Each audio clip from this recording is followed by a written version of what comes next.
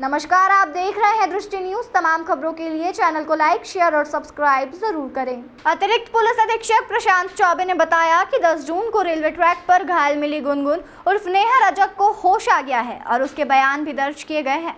उन बयानों के आधार पर इस घटना के पीछे उसकी ही सहेली मुस्कान राजपूत ही जिम्मेदार है। घटनाक्रम के बारे में उन्होंने बताया कि बयानों के आधार पर जो जानकारी सामने आई है उसमें गुनगुन रजक को मुस्कान उसके घर से कॉलेज लेकर निकली थी। कॉलेज में दोनों ने आपस में कपड़े बदले थे जो मुस्कान की जिद पर ही किए थे। उसके बाद सेल्फी लेने और रील बनाने के लिए वह कॉलेज से निकलकर रेलवे ट्रैक पर पहुंचे थे। जब वह दीवार की ओट में पहुंचे तब मुस्कान ने गुनगुन के सिर पर और चेहरे पर पत्थर से कई बार हमला किया। वह बेहोश हो गई। उसके बाद उसे कोई जानकारी नहीं है। वहीं रेलवे ट्रैक पर घायल युवती की जानकारी लगने के बाद तुरंत ही कोतवाली पुलिस द्वारा उसे मेडिकल कॉलेज में भर्ती कराया। उसके पास जो बैग रखा था वह मुस्कान का था।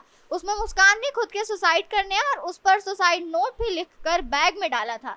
इधर गुनगुन को मेडिकल कॉलेज में पहले मुस्कान के परिजनों ने पहचानने से इनकार किया। बाद में तलैया मोहल्ला में रहने वाले उनके परिजन वहां पहुंचे। इसी शाम को गुनगुन को गंभीर हालत के चलते भोपाल रेफर कर दिया, जहां एम्स में उसका इलाज चल रहा था। लगातार उसके स्वास्थ्य में सुधार हो रहा था। अतिरिक्त पुलिस अधीक्षक ने बताया कि बयान सामने आने के बाद स्थिति स्पष्ट हो गई। वहीं पुलिस ने परिजनों के बयान और अन्य सबूत के आधार पर मुस्कान राजपूत निवासी मोहनगिरी माता मंदिर के खिलाफ हत्या के प्रयास की धारा 307 के तहत मामला दर्ज कर लिया था।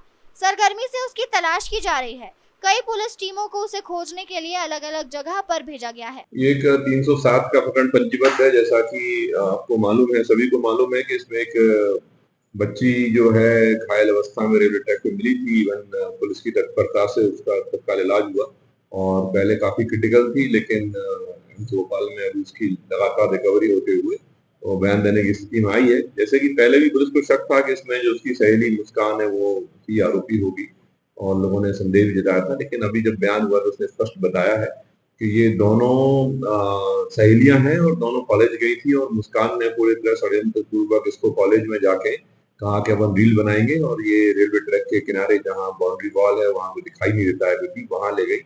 और इस बीच इनने जो कॉलेज का वॉशरूम है वहां इन्होंने कपड़े इंटरचेंज करिए। इसमें भी मुस्कान ने कहा गुनगुन से कि कपड़े अपन इंटरचेंज कर लेते हैं रील बनाने के लिए और कुछ वीडियोस बनाएंगे।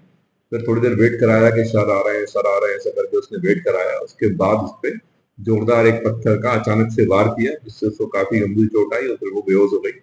उसके बाद और भी पत्थर उसके सिर में पटके और उसके बाद उसको ले जाने का प्रयास किया रेलवे ट्रैक पे डालने का और अपना बैग उसके पास डालने का प्रयास किया, लेकिन फॉर्चुनेटली कुछ लोग निकल गए वहां से, तो तत्काल पुलिस पहुंच गई और उसको सेव कर लिया। पहले तो ये लग रहा था कि ये बच्ची जो है वो मुस्कान ही है क्योंकि सुसाइड नोट भी उसका मुस्कान के नाम का मिला था बैग में और बैग भी मुस्कान का था, लेकिन बाद में पता चला कि जब ये ट्रेस हुआ कि बच्ची गुनगुन है और अब जब उसने स्टेटमेंट दे दिया है तो एकदम स्पष्ट हो गया है कि मुस्कान ने पूरी तरह षड्यंत्र पूर्वक इसको वहां ले जाई गई है और ले जाकर उसने उसको मारने का प्रयास किया है और अपना बैग, अपने कपड़े उसको पहना के और एक सुसाइड नोट अपने नाम का उसमें डालने का इसने प्रयास किया है।